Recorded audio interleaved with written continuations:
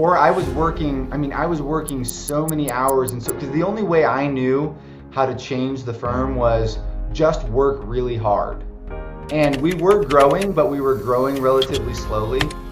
But I didn't know a better way. And then when we started recognizing, systems and all these things we're talking about right now, that just I work fewer hours, yet we make way more.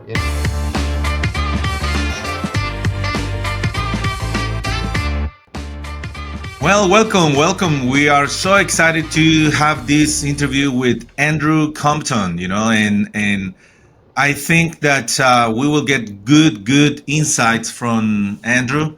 I know him for a couple years already, and is besides that I know that he's a good attorney, he's a good person too, So I understood, Andrew, that you study in ASU. Is that right? Yeah, so I did my undergraduate degree at ASU, go Sun Devils. I actually did my law degree at the University of Arizona, Bear Down. So I have one foot in both schools.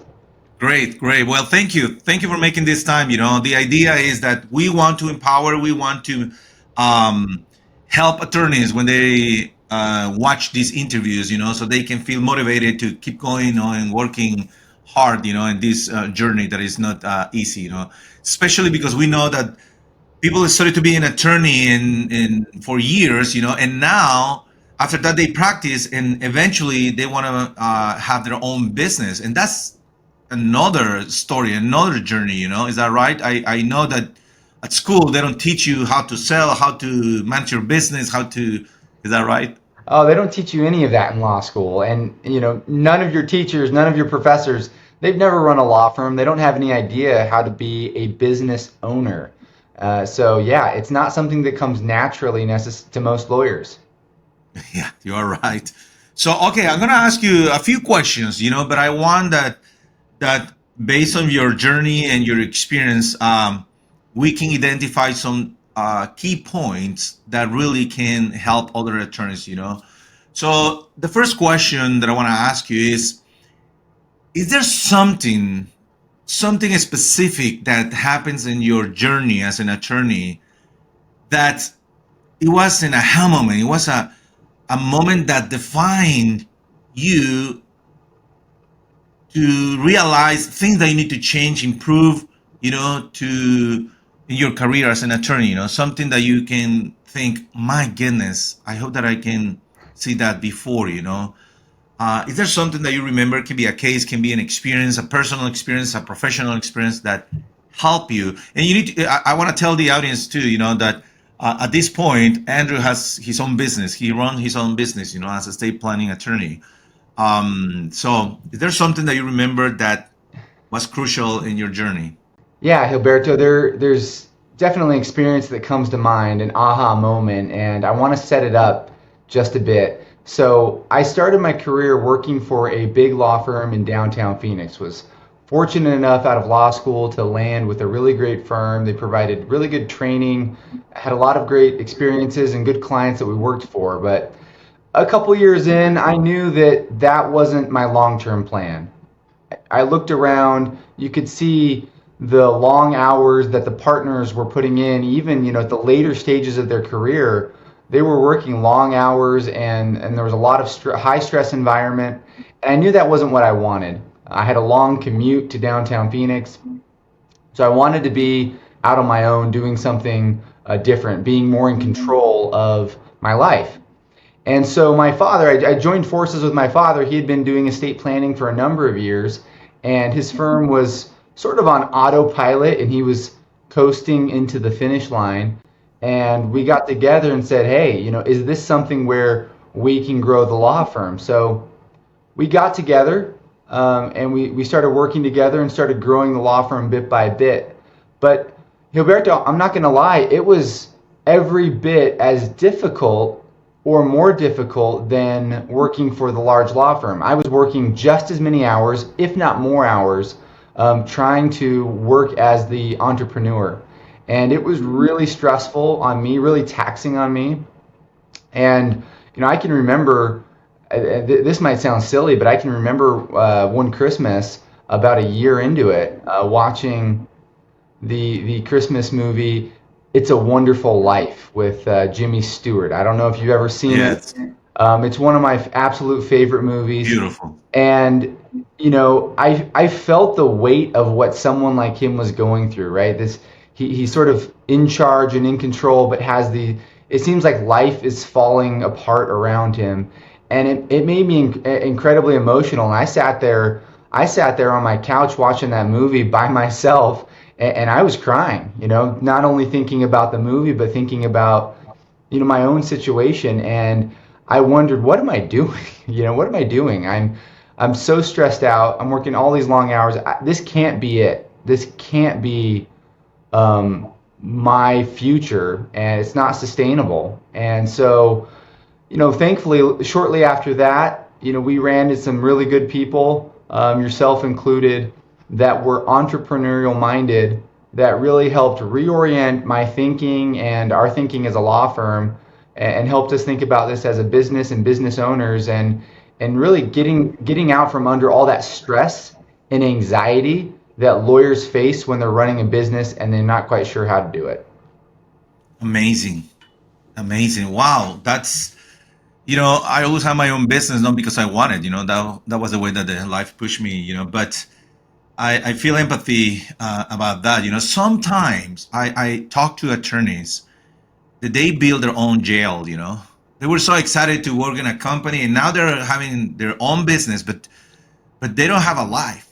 They're just another employee for their own business, and they feel that are just trapped, and they don't know how to handle everything, and that causes a lot of problems, mentally and with your family and everything, Um, Interesting, because you are telling me that mentorship was a key point because no, I know that you are doing so good, I love your team. I love how you run your business, and I wish that everyone can understand, that the key factors that can help them to build a business. What do you think can be those key factors that you learn from, of course, from the mentorship because they know how to run a business, and you already did the hard things. I always say to the attorneys, you really did the hard things. You study, you know the law, you know the rules, you need to go and mentally analyze how to solve the problems because you really solve big problems for the lives of your clients. Now, how do you think those mentors help you to find those key points, and what are those key points that you can think right now that people or another attorneys can be aware about it? Yeah, so those mentors, they're really able to look at your firm with a different set of eyes, right? They're able to look at it through the lens of their business success that they've had or others that they've worked with, and they can look at it and they can give you hard truth, right? Sometimes we need to hear some hard truths about the way we run our law firms, to break the thinking that we're in, right? A lot of lawyers think that they need to do things a certain way because they've always done it that way. But sometimes you have to really break that thinking and think more like a business owner. And overall, I think that's the biggest thing, Gilberto, is you have to work not just in your business as a lawyer, because lawyers, we get so busy working in the business, working as a lawyer, working as a technician. Michael Gerber in the E-Myth, he talks a lot about people working as a technician. If you're a technician, you're not the owner. You're just an employee for yourself. And lawyers, we work so much and so many hours just being an employee of the firm, doing the legal work, very important stuff. But you have to spend time, you have to devote time to working on your business, developing systems in your law firm. Your systems are what run your law firm, or what should run your law firm. And that's when you become a business owner and you become the entrepreneur and not just the person that's practicing law. It's hard to do. Our schedules are busy, right? But you have to set aside that time in order to see a little bit more clearly, to have that elevated vision of your law firm. Love it. You mentioned Michael Gerber. I think that he is so famous because the book that he present to the world, and I totally agree with you. I think that when we do seminars, I said to the people, you need to have three processes in your business. And the first one is the process of prospecting and closing sales.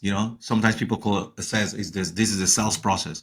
Is is prospecting and closing the sales. That's one system. And when you have that system, um, it's really important to understand that you need to have the next system ready, like the fulfillment system. I see attorneys that they're so good doing the customer service and doing the service in a really amazing way, but they are always struggling about getting more clients. So those are the first two systems that they need to work. And the hard thing, I don't know if you agree with me, is that sometimes those systems you always need to retouch it. Sometimes you do marketing, and depends of your location, your audience. The first marketing that you do is not the right one. You need to test which strategy will work. It depends of the season, depends of a lot of factors. And the third process is I call them the numbers. The numbers include how to know your numbers, and it's more about the administrative part of your business. Check your numbers and learn how to delegate. That's for me, with those three processes. After my years of experience, I realized that's the way that we need to work. But easy to say, hard to apply it. Tell me about your experience applying those things. Because I I mean, totally agree, like you mentioned, mentors tell you hard things that sometimes you don't want to change. I remember one time that I was talking to an attorney, and I said, I don't know how to tell you this. I don't want to mention his name. He says, the problem is your wife working at the front desk. hmm, Oh, but hmm. she want to work. She's going to help it. But that's the problem. She's so tough. She want to control everything. And sometimes she need to go and attend the family. Sometimes she miss a morning because she need to take the kids to the school or something, and she don't want to give those tasks to other employees because she think, no, I can do that, let me do that. And he says, can you talk to her? I said, I cannot talk to her. You need to talk to her. So he knew something about it, until he got another person, another mentor, and he came and says, Gilberto, we were talking with the other mentor, and he said exactly the same thing with you. So I'm praying to see how I can share that with my wife. And that was a hard Yeah. thing, like you are mentioning. Sometimes there are hard things that you need to change. Yeah, I mean, implementing systems, it's much easier said than done. It's easy to catch the vision, I think. Hey, I can see how this can all work and how the pieces can fit together. But then you have to dig down and roll up the sleeves and get a little dirty, get some grease on your fingers, because when you're in there under the hood trying to change things within your law firm, if things are going to break, right? It's not just a one and done. Hey, we get our marketing and sales process, we get that funnel working, right? And it's just going great. If you don't monitor it, if you're not on top of it, you're going to wake up one day and it's not going to be working the way you think it should. And that's because you've neglected it for a few months. And again, this is easier said than done. I'm not always the greatest at this. I fall into the same pitfalls where I go, one of my systems is working really well. And so I think, you know what, I don't need to monitor it right now. And then it'll come back to bite you later. So it is this constant system of really monitoring what's going on, inspecting the systems, right? If you establish the systems, but you don't inspect them, there's no accountability within the system, you're setting yourself up for eventual pain and failure down the road. And you might be unwinding months of things being done the wrong way. So that's the battle, that's the challenge. And so for an attorney, for the busy attorney who is doing the legal work, doing all these other things, really you have to set aside the time to do that. Or as you said, Gilberto, you have to delegate some of these tasks to other people and be very clear on what they are inspecting, what they're doing.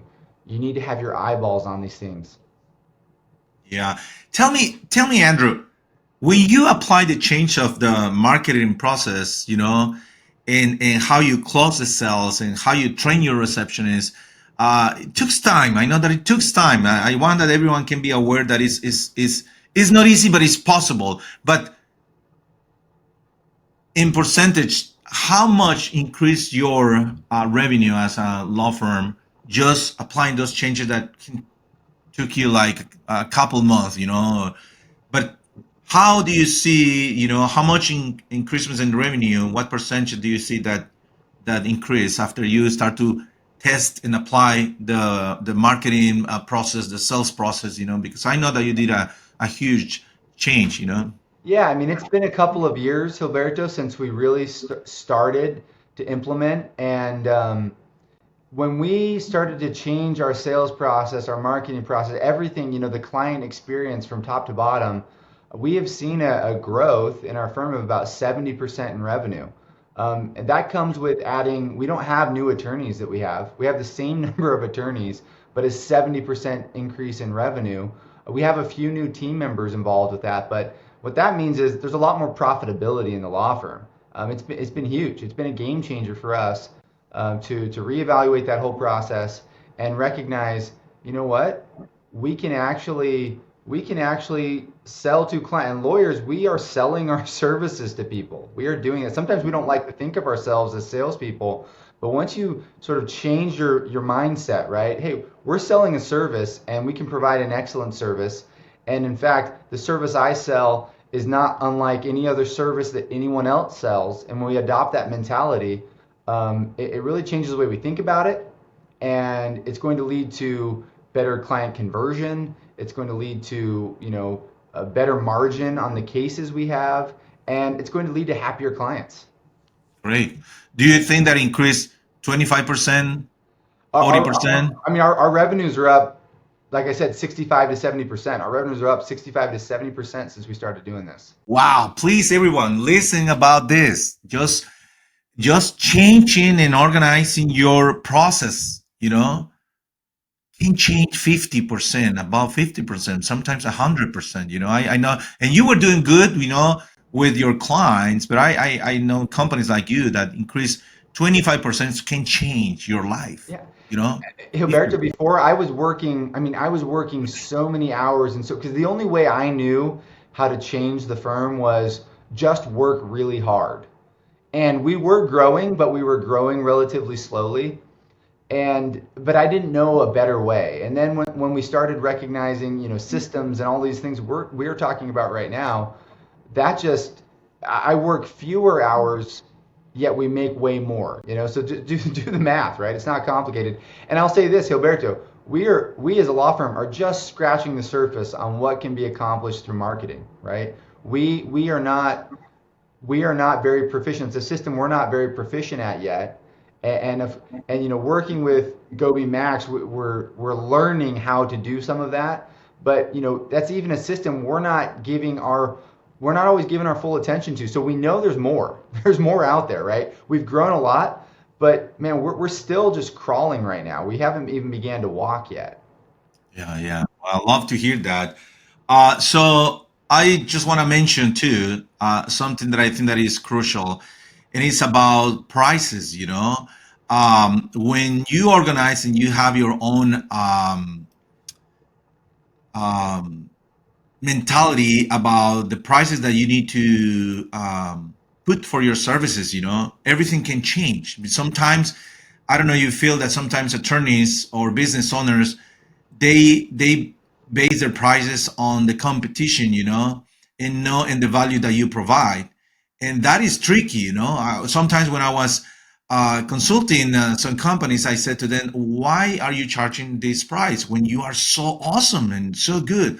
And they said, "Well, I'm just gonna try to do cheap so we can compete." Because, like you said, they don't have a marketing process, so they depends of competing with prices, so people can choose them because the prices is really low. So the mentality is, okay, we are going to create this a process to attract people. We need to spend money there, so we need to have the right prices. We need to show them that we are so good in the marketing and tell them why they need to choose us. There's a phrase that I love that I always share, that I said, people never people most of the time they don't choose the best uh, attorney. They choose the one that they think is the best based in the marketing that they do. So I was with some attorney that says, I'm better than the other one, Gilberto. And really, I have more experience. But the other guy has more clients. Yes, because he exposed more himself, and he charged more than me, Gilberto, and he has just a couple years in the marketplace. And it says yes, because he exposed more on marketing. He has his process of marketing and sales, so people believe that he's the best. You know, what do you think about that? That I mean, how about you? There was really a mind shift for me. So yes, when we started, revamping our systems, in terms of price, we were on the low end of what other estate planning law firms were charging, and it was, and the mentor we brought in, first thing was, you have to double what you're charging people. Well, that was scary, right? Double? Nobody's going to hire us. And there was really a mindset shift for me. I had to have a medical procedure done and went to two different doctors, right, to talk about having that procedure done. And one was half as much money as the other, okay?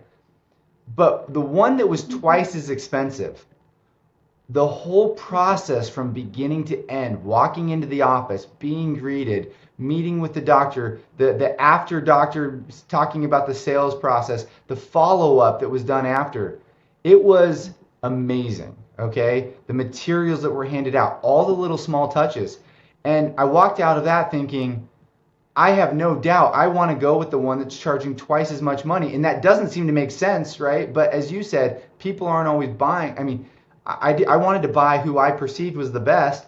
And after the experience I had, I could only surmise that, hey, this doc was great. And I loved the experience I had. And I knew that if I went with them, that was going to be my experience. And so I had no problem paying more money for a better experience. And lawyers, if there's a lawyer out there who thinks they've got to be at the bottom end of the market in order to get clients, right? Have faith in yourself. Have faith in and confidence in the services you provide. Don't be you don't want clients that are the ones that are shopping on price. I mean, that usually is not going to be a good situation for an attorney anyway. That client's going to be giving you problems down the road when you're trying to collect or get a retainer or whatever. It's going to be a problem. So, really think about the service you provide an excellent service, have confidence in it, and then charge accordingly. And that's what we've done, and that might be the most important thing we did.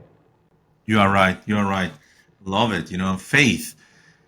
You know, I yesterday my wife. I want to talk a little bit about your relationship with your wife. But my wife shared something with me that really touched my heart and my brain as well. She said to me, sorry. She said to me, "What will you do if you have more faith?" And I was like, "Wow." I look at her and says, "That's a really good question." And you mentioned faith right now. So as business owners, as we go to school and study for 5 years. In my case, it was 5, 6 years. I moved to this country and I need to learn the language. My wife already speaks perfect English, and I was learning still. Um, and after that, after you as an attorney study and go to the market and you realize, oops, okay, that's a little different about everything that I studied, because living outside is different. And you realize, like you mentioned, I need to have faith in me. I need to learn to have faith in me.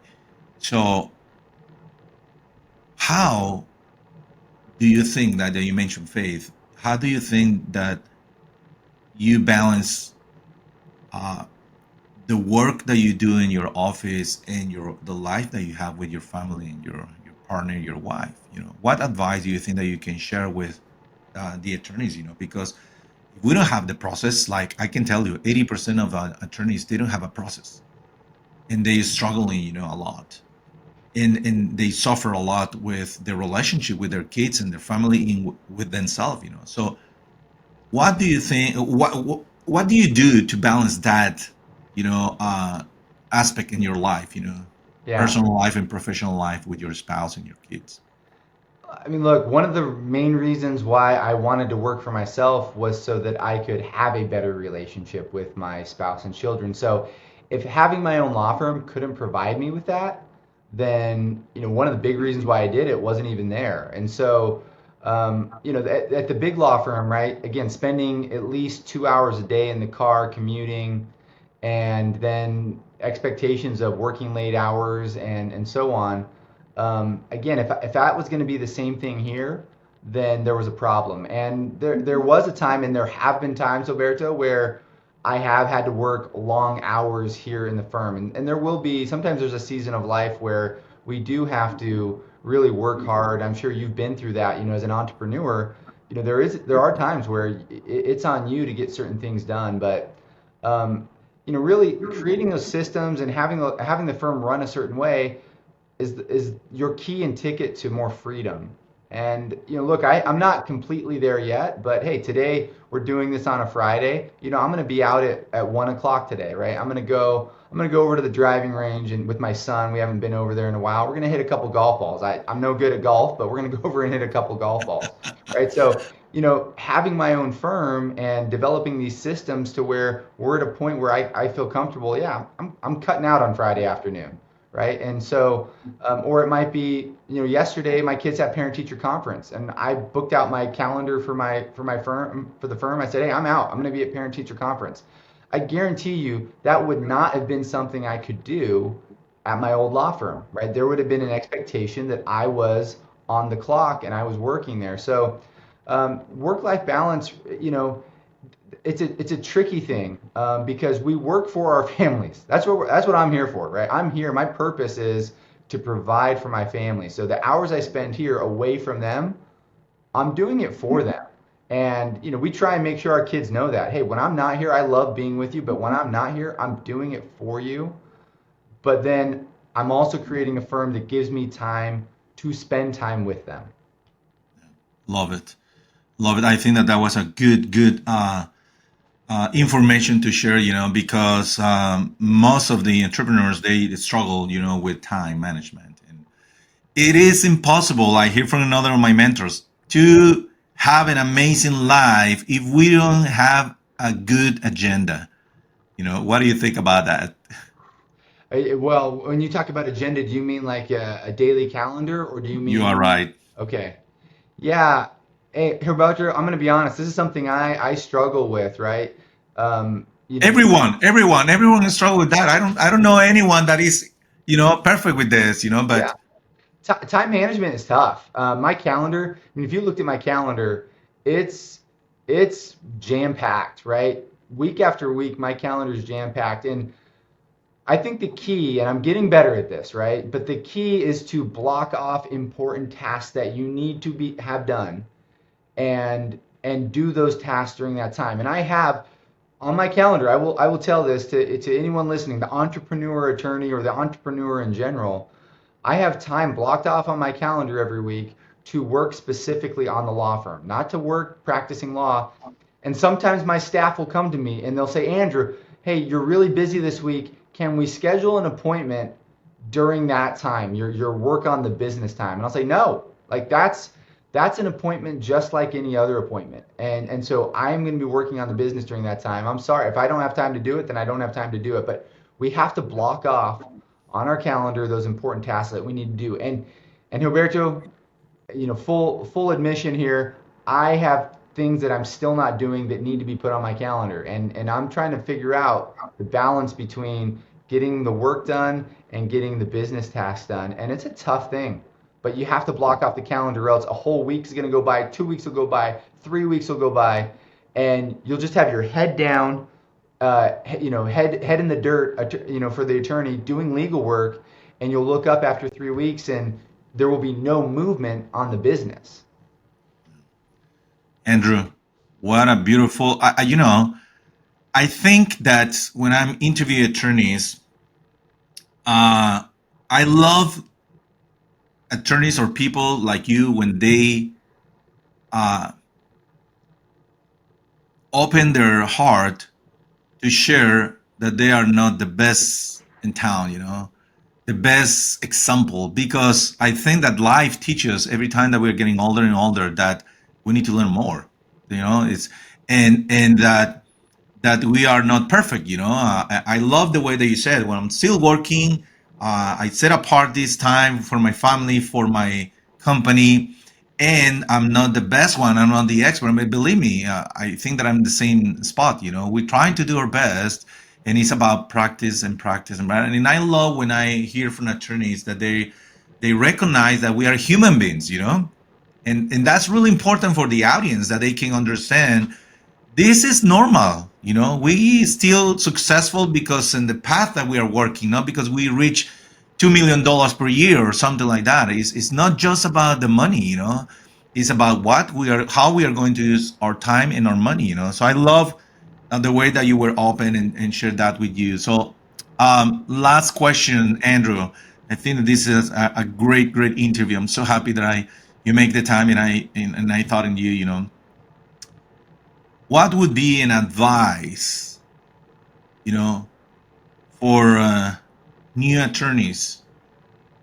Something that you would like that someone share with you, teach you, an advice that you think that is going to be good for them that they're starting to work as an attorney in a firm or in their own business. Is there one advice that you want to share with us? Wow, for those new attorneys, just coming out of law school or just beginning their career, um, I think have good mentors around you. I even think back to the big firm that I was at, and I had a key mentor there that could really help me and guide me along the way. There's so many people that have done this before you, right? You're not in this alone. There have been thousands of attorneys before you that have navigated, and people that have done exactly what you do or want to do. They have gone before you and they've done it. And so you don't have to create necessarily a new path or a new road here. You can follow in the footsteps of people, but you've got to find those people, right? And so for me, at the first law firm, there was an attorney. We would talk about, what our future ambitions, our future goals were, and he had about 6 or 7 more years of experience than I did. And I'm proud that that attorney now has started his own entrepreneurial journey about a year ago. After many years of working for the big firm. So I think there's an opportunity there to follow in the footsteps of great mentors. When I came and I worked over here, of course, I was working with my dad. My dad's been a mentor my whole life, but he became a mentor in a different way. And then to collect other mentors outside of that, Gilberto, you're a mentor for us, and we have others that, business mentors that we work with, and other colleagues that are doing what you want to do or that are like-minded. And there's no better way. Don't just sit in your office, tucked away, doing legal work all the time. You need to be out there talking with people, exchanging ideas, and it's really going to spark a lot of creativity. It's going to spark your vision. You have to have a vision. Where are you headed? And being around those other people, it's really going to help you and accelerate your growth forward. Thank you. Thank you. I think that's important. I still have my mentors, and I was looking to learn. Thank you for sharing this time with us, Andrew. I think that it was a good information for all the audience. Please remember, we're talking with a successful attorney from my point of view, with a nice firm, with a lot of ethics and nice culture in your company. I love the way that you run your business and the way that you treat your employees. I think it's a good example for other people, not just in the attorney's field. The culture is really important. And today I just want to finish saying, remember mentorship, remember systems, remember your prices, and you can manage your time. You can have an agenda. Andrew Compton, thank you very much for being with us. It was a pleasure. We always gonna be in touch, and I'm so grateful that I have you today here, and say hi to your partners and your dad too as well. Okay. Thank you, Gilberto. We appreciate the time. Take care. Bye bye.